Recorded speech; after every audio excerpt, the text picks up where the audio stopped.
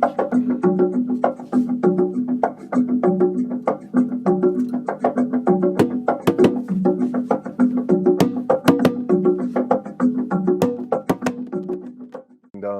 I'm on the beach, as you can see, and you're in your drum room. Yeah. Well, actually, I'm in my office slash video studio. The Ah, drum there it room is. is downstairs in the basement. There it is. Yeah. I'd like to introduce everybody to Jim Greiner. Jim did the tremendous tribal drums for us on this on Addicted to Joy, and I've worked with Jim a little bit in the past, but had never really worked with him on a one-to-one basis. And I have to tell you, Jim, you nailed the vibe right off the bat. And welcome. Thanks for doing it. Thank you. Welcome, Richard. Thanks for having me, man. It's Yeah, really an honor. yeah, it Really was. an honor. I love the way it came out. The film. Yeah, it came out pretty good. So how did you get started with, when did you, I mean, you've been playing for forever. Was drums the first thing? The who, what, when, where, and why, right? Yeah. I grew up in San Francisco and the Bay Area, and I was always been interested in anthropology, cultures, mythology, history, and the way we humans interact.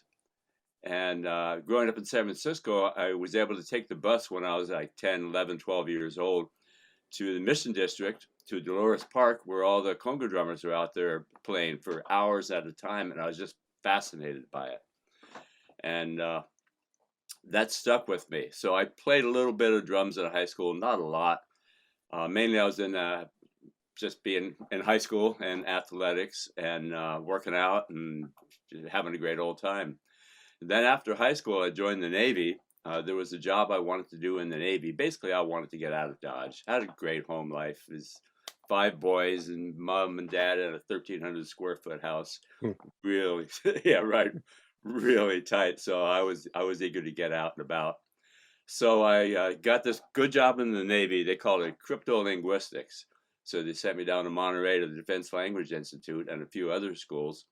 And then from there, they sent me to Oahu. I was stationed up a little communication station in Oahu. I'm telling this part in a little more detail because I rented a house on the North Shore because we didn't have barracks. It was such a small, kind of secretive thing. So I rented a house on the North Shore and body surfed almost every day at Waimea Bay. And just, I was 19, then 20 years old, just living the life. Almost died once in Waimea Bay. I guess maybe everybody has to have one of those stories. But that got me in touch with the ocean in a whole other deeper way than just it's a playland. This is serious business. So then consequently, when you called me with this project, I thought, oh man, and that's where I came up with the vibe. I remember 4 or 5 times trying to get out of those big 20-foot ugly waves, slamming me on the beach, dragging me back out again. That one time when I thought, this is it. This is the last time. It's this one or not. Changed my life. So then I continued my trip in the Navy, and my last duty station was in Africa. Got out of Africa, had some money saved from the Navy, bought myself a backpack and a little drum, and took off about a year and a half, just traveled through Africa. Then almost another year in Europe, back to the States, got a job, bought a van, bunch of drums, traveled around the country for about 4 years, playing in bands, different kind of things. Came back to California as I knew I always would, and stopped off in Santa Cruz for lunch on my way to San Francisco to get my stuff out of storage. Went to the old Catalyst. Anybody knows the old Catalyst in the 70s on Front Street? Walked in there, looked around, and literally said to myself, I'm home. This is it. I'm home. So it took up from there. And then one thing led to another. Always played in bands, did all that. But I missed the community drumming feeling, the uplifting and energizing and unifying feeling of drumming with intention and playing parts that I experienced in Africa. So I would teach people how to do different parts just so I had people to play with. One time after one of my sessions, a guy came up to me and said, you know, I love what you say about community and communicating and all that. We should do this in our office. This was in the very early 80s. He said, we just don't communicate. We barely get along sometimes. So I told him, well, let's do it. So I did some research in the libraries way before the internet about the corporate world, which I'd pretty much actively avoided my whole life. And I treated it just like any other culture I would visit and not knowing anything about it. So I designed this program and they loved it. I was blown away by how easy it was to get them drumming with this intention. So I developed this step by step journey. I called it Rhythm Power. And my fundamental themes are communicating, collaborating, and celebrating through rhythm. So all this time I've been doing that, actively working on that. And the last few years I've been actively working on rhythm as a life practice, like Wow. yoga, martial arts, athletics, focusing on the internal aspects of drumming, the rhythm, the the neuroplasticity of how we can reshape our brain patterns, and I call them life rhythms, or active and intentional patterns of attitude and action. We can reinforce those through any number of ways. Drumming is by far the best way. No, but there are many ways. And then so then I just built that from there and continue to do it. And I've been blessed to, marry a wonderful woman named Evelyn and have a darling daughter, Gabrielle, and she's married this awesome dude named Josh who loves the heck out of her. So I'm a happy man. I, I, I, I love the mission connection. That square was our Congo Square, from New Orleans. That was our Congo Square, and really magic would happen there. Yeah, Complete magic would happen. And you ever get a chance to be around a drumming circle, or get a chance to be part of one of Jim's programs, it really is something. And the spirituality that you talked about Waimea, um, a big focus of the film was protect the ocean, and it's a different place from that postcard on the shore to all of a sudden when your feet are wet. mm, And it's a different environment, it's a completely different world, and you better pay attention and have some respect. exactly. And many places like that. I've been fortunate to scuba dive and snorkel a lot of places around the globe. So I got myself deep into the ocean. But the Waimea Bay thing, the thing about it is, of course, that anybody who's been up there knows that it can go from, 5, 6, 10, 12 foot, really cool, rideable, thick, solid waves like that. All of a sudden, they're 15, 18, 20 feet, ugly from whatever storm hit from the north. Right.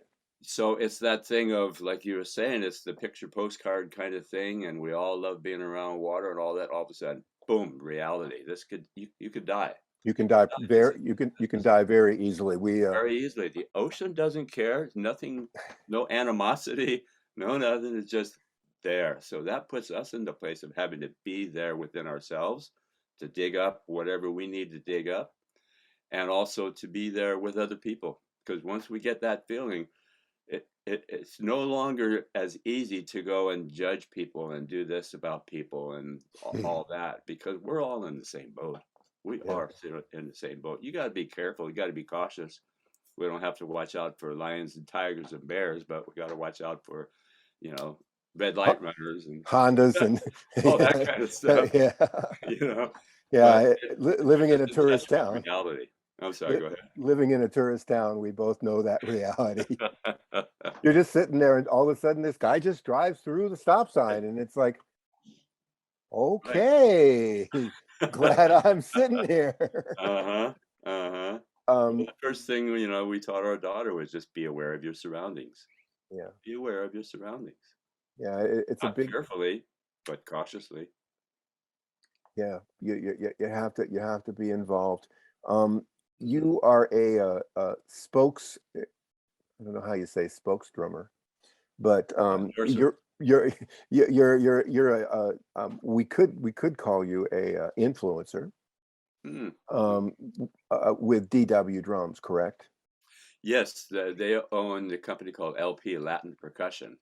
I've been an endorser with Latin Percussion since the early 90s. Mhm. And that's another just wonderful story of good fortune and trying to jump on opportunities as they arose. And then they were bought by this other company, DW Drum Workshop. And I've known the owners of that company for decades as well. They're in Mm. Southern California. LP started in New Jersey. And then through that, I've been able to get endorsement deals with 4 other percussion and music instrument manufacturers. So, never having being in a superstar band or something, I'm really blessed to be able to have these endorsements. I've been fortunate to play with some wonderful people, Sister Monica Parker, Quicksilver Messenger Service, Jerry Miller from Moby Grape, and just innumerable local musicians that I've been able to play with who are as good as anybody I've played with anywhere. I know it's always it always lights me up a little bit if I walk in to see somebody locally and you're part of the band. I just know that I know I'm going to have a good night. I remember doing a video, a live video with you up at Felton, I think, and you just drove the band. It was great, and it was the energy too. It wasn't, yeah, you're a tremendous drummer, but your energy is so good and focused and pure. I guess that's how you could tune into to what I was asking for so much. But I'm Thank you. I'm excited to have you. I really am. I think you really did something really special for us, Jim, and I can't thank you enough. Well, How do I people appreciate the opportunity to play congas, djembe, hand percussion, shekere, all those things anytime, anytime. how how do people find you? I have several websites. My main one is www.handsondrum.com. Then also working on an online interactive lesson site is rhythmpower.com. That's a work in progress. And then locally, Santa Cruz musiclessons.com. Then all the social media. I love the social media. I just don't get sucked down the rabbit hole. I just use it for me, and to connect with people and get gigs and play with people and do recordings online and stuff. So I love that aspect of the social media. Yeah, it's certainly we started this film 8 years ago, and it certainly has grown through the social media, explosion and all that, and it's actually quite wonderful if you can use it properly and keep it happy and keep truth in there and keep going on. Jim, thanks so much for taking a little time here today and giving our viewers a little insight. There's two other people. I don't know if you remember Tom Waltman, who used to be in Santa Cruz, played with a band called the Neptunes. Yes. Yeah, Oh yeah. yeah. Tom did some of the music for this, and also a gentleman from